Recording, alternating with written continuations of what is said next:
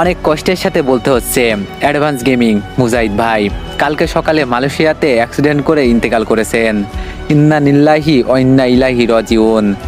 আর এটা আমি আজকেই জানতে পারলাম। অ্যাডভান্স গেমিং উনি একজন রোস্টার ছিল, উনি অনেক ভিডিও বানিয়েছেন।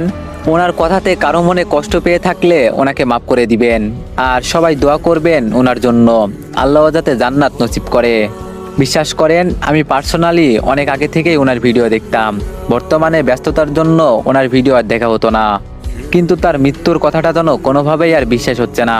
তারপরেও আমাদের একটা কথা মানতেই হবে, আমরা পৃথিবীতে কেউই চিরস্থায়ী না। তাই আপনাদের কিছু কথা বলি। আমি জানি না কার কাছে সে কেমন, যেহেতু সে মারা গেছে সবাই তাকে মাফ করে দিবেন, তার জন্য একটু দোয়া কইরেন।